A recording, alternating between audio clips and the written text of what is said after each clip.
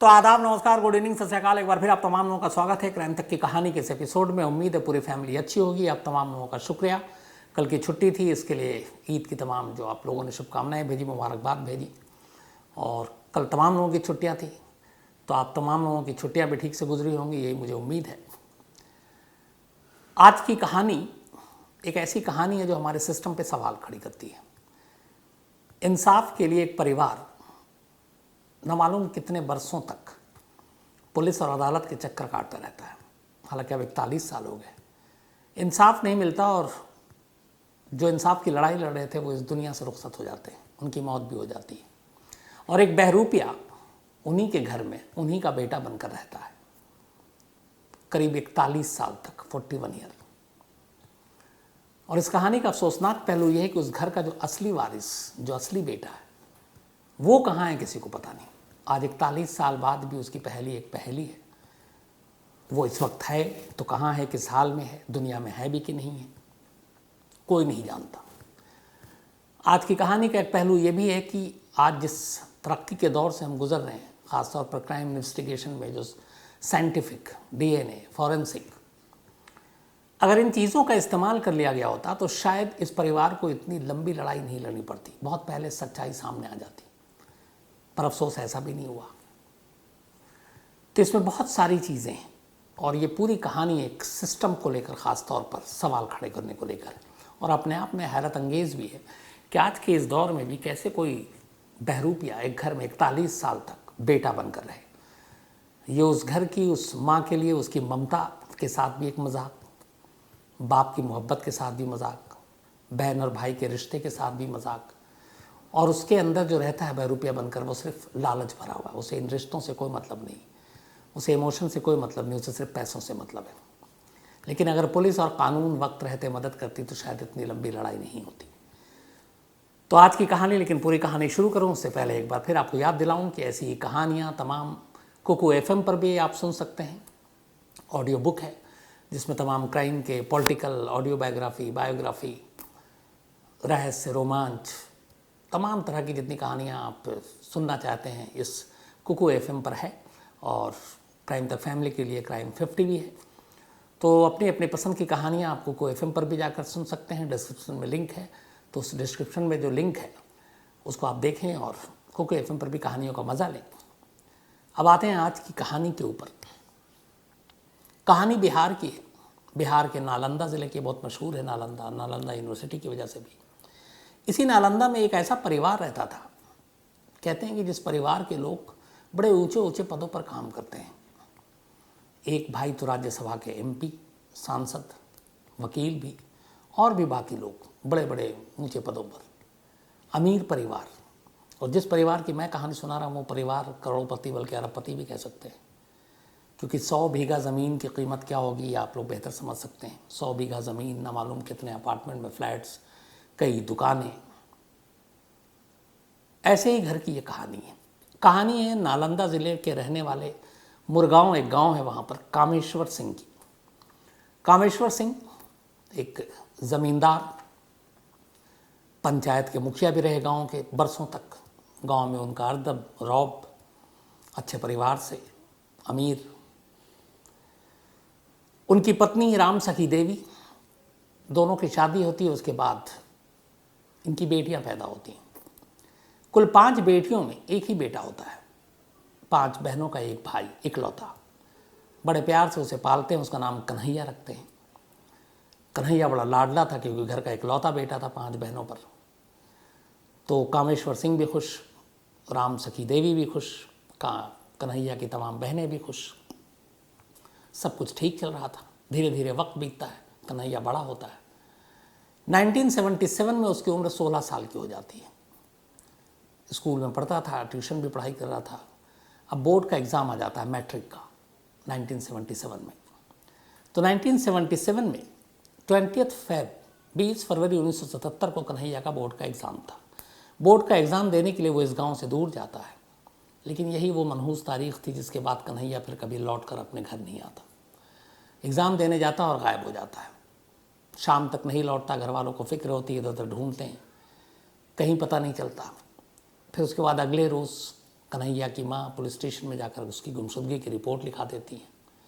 अब पुलिस भी ढूंढती है, घर वाले भी अपने हिसाब से ढूंढ रहे हैं, तमाम रिश्तेदार हैं इधर उधर की, कहीं शहर चला गया, कहीं और गया। लेकिन धीरे धीरे वक्त बीत जाता है, कन्हैया की कोई खबर नहीं मिलती। माँ बाप की उम्मीदें दम तोड़ने लगती हैं। कन्हैया अपने पिता का लाडला था। कामेश्वर सिंह और परेशान होने लगते हैं। कन्हैया की गुमशुदगी ने उनको शारीरिक रूप से भी तोड़ दिया। वो धीरे धीरे बीमार होने लगे। मोतियाबिंद भी था उनको, और बेटे के गम ने, बेटे की जुदाई ने उन्हें और परेशान कर दिया और कमज़ोर कर दिया। इधर ये माँ बाप कन्हैया की तलाश में दर दर भटकते रहे। कई पंडितों के दरवाजे पर गए, कई तांत्रिक से मिले। कुछ तांत्रिक ने कहा अगले 3 महीने में लौट आएगा, लेकिन वक्त बीत गया, कन्हैया नहीं लौटा।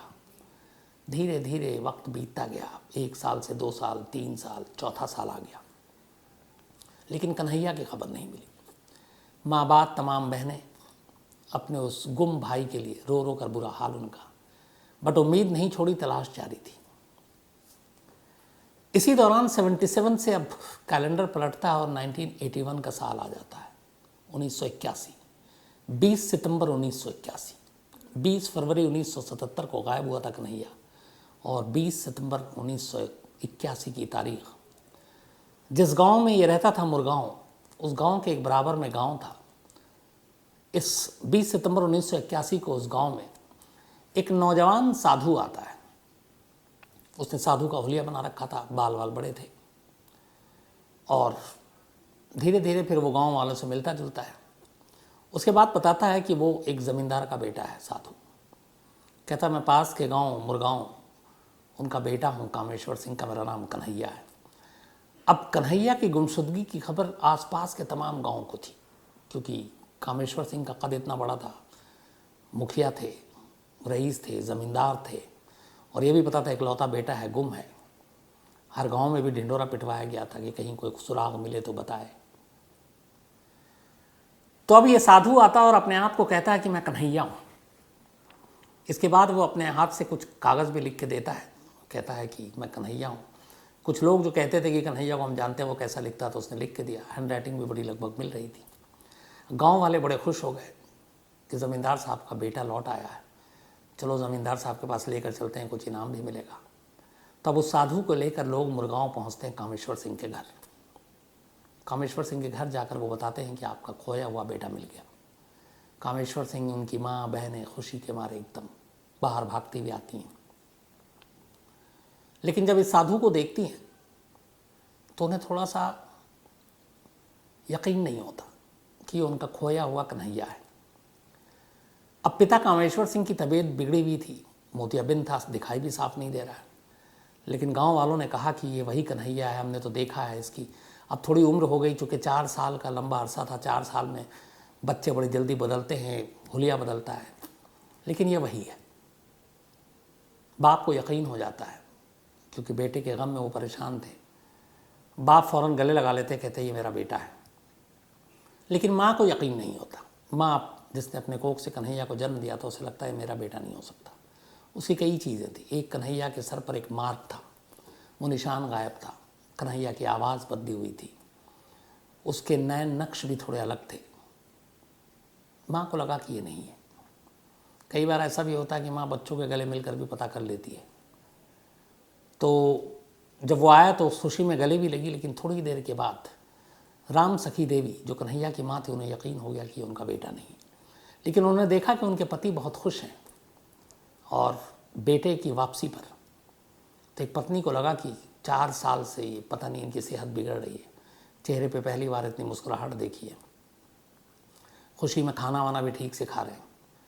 तो इस शक को अपने दिल में ही दबा कर वो भी चुप हो गई।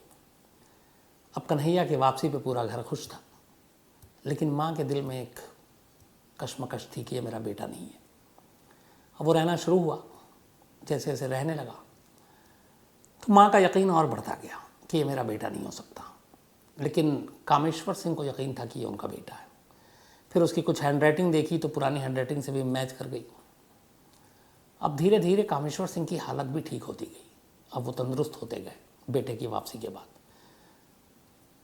पत्नी भी खुश थी कि उनके शौहर की तबीयत, उनके पति की तबीयत ठीक हो रही है। लेकिन ये भी था कि ये बेटा फर्जी है, ये उनका बेटा नहीं है।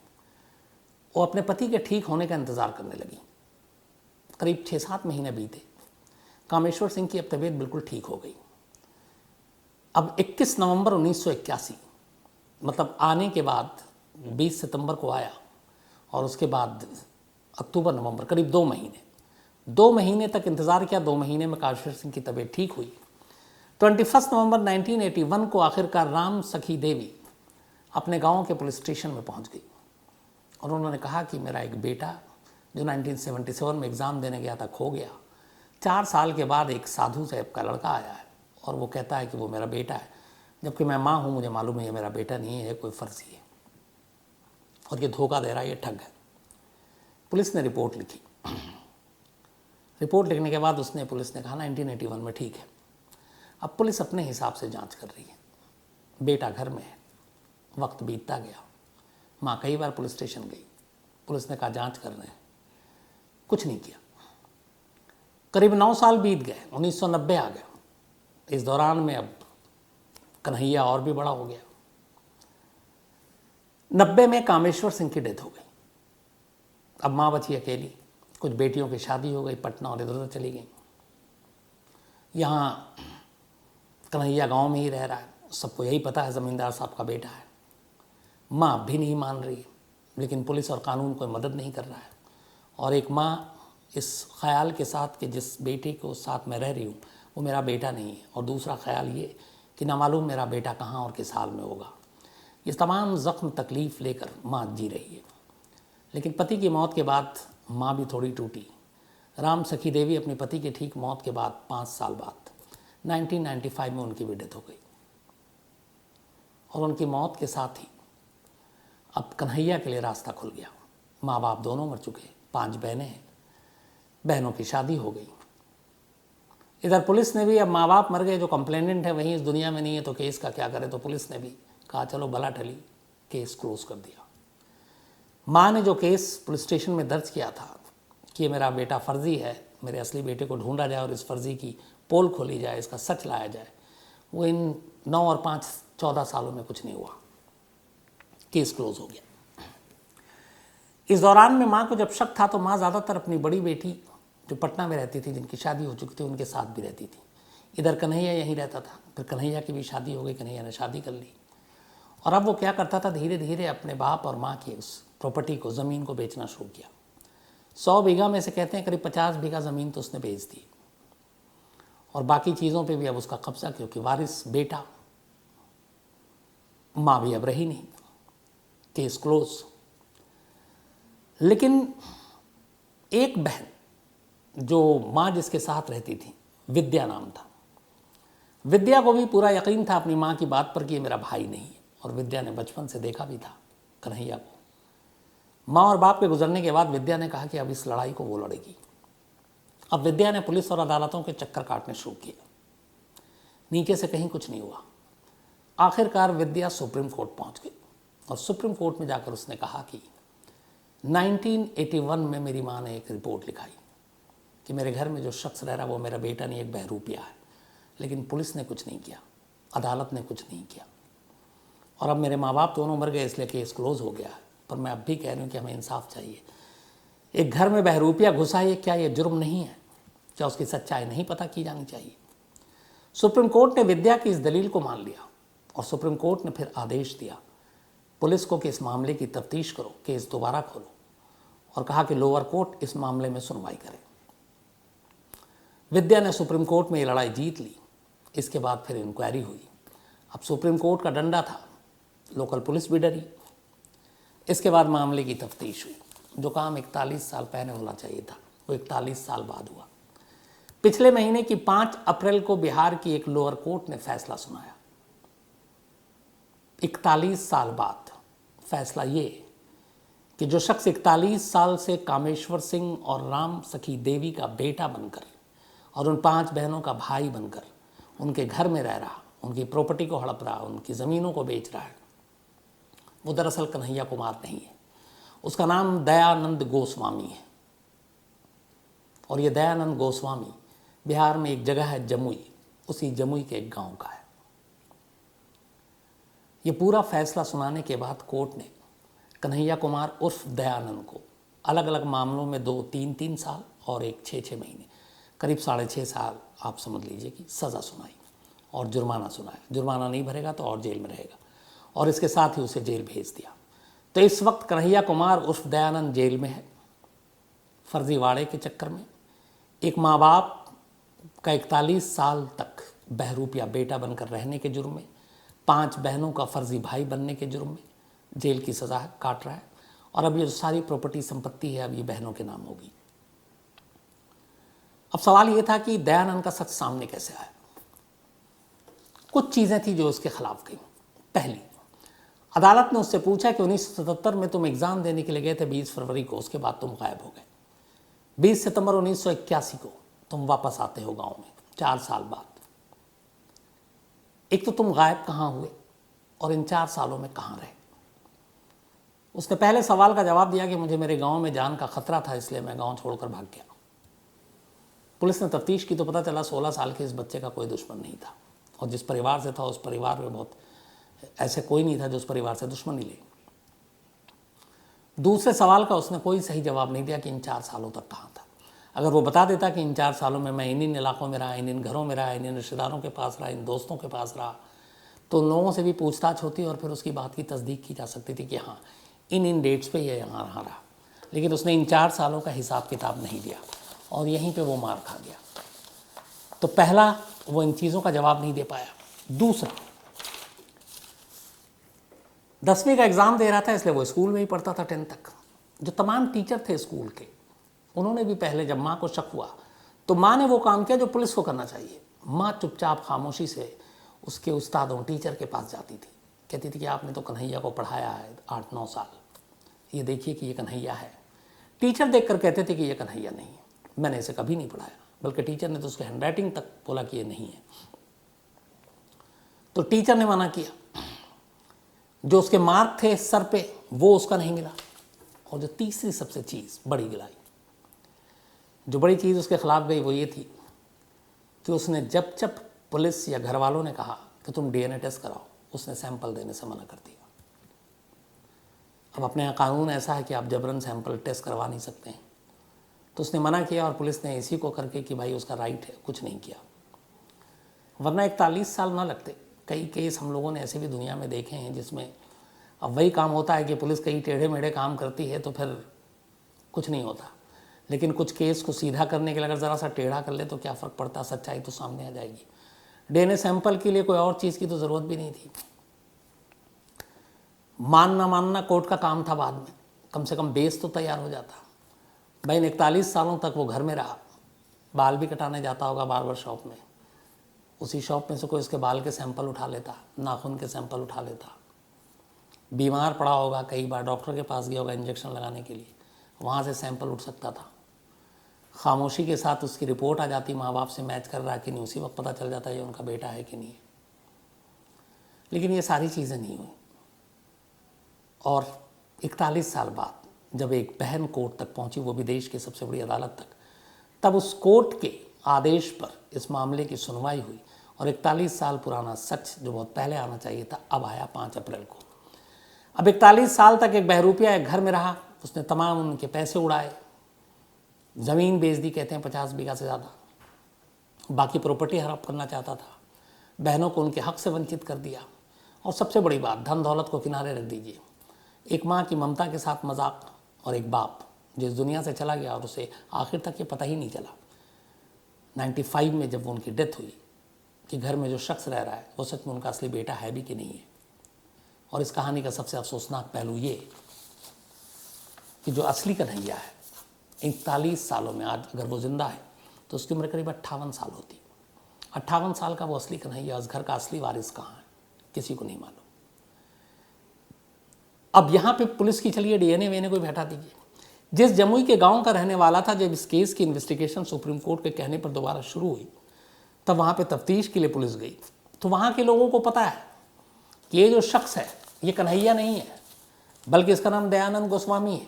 और उस गांव को ये तक मालूम था, लोगों को बयान दिया उन्होंने कि हम तो जानते थे कि दयानंद जो है वो किसी ज़मींदार के घर में उनका बेटा बनकर रह रहा है और उनका असली बेटा नहीं है। तो वो सच जो आम था, एक ओपन सीक्रेट, हर एक को पता था। पुलिस ही नहीं जानती थी। और नतीजा ये हुआ कि 41 लंबे साल लग गए इसे एक सच्चाई को बाहर लाने के लिए कि कन्हैया दयानंद है या दयानंद कन्हैया है। और तो और एक और सबूत जो इसके खिलाफ कोर्ट में गया। अब ये चूंकि दयानंद तो था लेकिन कन्हैया बनकर जी रहा था, इसने दयानंद के नाम पे एक डेथ सर्टिफिकेट भी बनवा दिया फर्जी। और इत्तेफाक से जब कोर्ट में कहा गया कि तुम कन्हैया नहीं दयानंद हो, उस गांव के रहने वाले, तो इसने अपने पैर पर खुद कुल्हाड़ी मारी और उसने वो एक सर्टिफिकेट निकाल के कोर्ट को पेश कर दिया कि मैं दयानंद नहीं, दयानंद तो मर चुका और ये देखिए दयानंद की सर्टिफिकेट। तो अब कोर्ट ने कहा कि जब तुम कन्हैया हो, तुम जमुई के किसी दयानंद को जानते नहीं हो, तो उसका डेथ सर्टिफिकेट जेब में लेकर क्यों घूम रहे हो। इसका भी उसके पास कोई जवाब नहीं था। और इन्हीं चीज़ों ने आखिरकार सच ला दिया, लेकिन अफसोस बहुत देर कर दी हुजूर आते आते। 41 साल तक एक परिवार जिस गम में रहा, जिस तरीके से असली और नकली के बीच में उलझा रहा, एक माँ जिसे यकीन था कि उसका बेटा नहीं है, वो पूरी तरह सच जाने बिना भी इस दुनिया से चली गई। बाप की भी मौत हो गई और असली भाई, असली वारिस, असली कन्हैया, ये आज भी एक पहेली है। तो ये थी एक अजीब कहानी जो हमारे सिस्टम पे सवाल करती है। अगर यही सिस्टम वक्त पे काम करता तो शायद इस केस को सुलझाने के लिए मुझे लगता है 2-4 महीने से ज़्यादा की ज़रूरत ही नहीं थी पुलिस को इन्वेस्टिगेशन करने के लिए। शायद मैं 2-4 महीने भी ज़्यादा बोल रहा हूँ। इस दयानंद की अगर तफ्तीश की जाती, असली कन्हैया की, और इसकी जन्म कुंडली निकाल ली जाती, तो उसी वक्त ये केस खुल जाता, उसी वक्त पता चल जाता और उसी वक्त वो वहाँ से निकल जाता। लेकिन 41 साल तक वो घर में रहा। सोचिए कितने पैसे उनके खर्च किए, उनके भरोसे को तोड़ा, उनके इमोशन के साथ खेला। जितना इस मामले में मुझे लगता है कि कन्हैया का ये हमशक्ल या कन्हैया का बहरूपिया जिम्मेदार है, मुझे लगता है कि उतना ही कहीं ना कहीं हमारे सिस्टम भी इसके लिए उतना ही बड़ी गुनहगार है। और ख़ास तौर पर वो लोकल पुलिस, जिस पुलिस के पास 81 में एक माँ ने एक अर्ज़ी दी थी कि मेरे असली बेटे को तलाशो और ये बहरूपिया का सच लाओ, और 81 से उस पुलिस ने उस पर कुछ नहीं किया। 2022 में जाकर पुलिस ने काम किया और कोर्ट का फैसला आया। तो ये थी एक अफसोसनाक कहानी। अब कहानी ख़त्म करूं उससे पहले वही सिलसिला। आज रंजीत सिंह चौहान पुणे से हैं, इनका जन्मदिन है, तो हैप्पी बर्थडे रंजीत जी। और सुचित्रा चांगरे जी ने भेजा है। इसके अलावा सौरा का भी आज जन्मदिन है, तो हैप्पी बर्थडे सौरा। और अनीता क्षेत्र, इनकी मम्मी, उन्होंने भेजा है अहमदनगर से। तनिष्का सिंह, बल्कि तनिष्का सिंह दाऊ, तो तनिष्का का भी आज जन्मदिन है, हैप्पी बर्थडे तनिष्का। और सत्येंद्र और तीजू सिंह दाऊ ने भेजा है।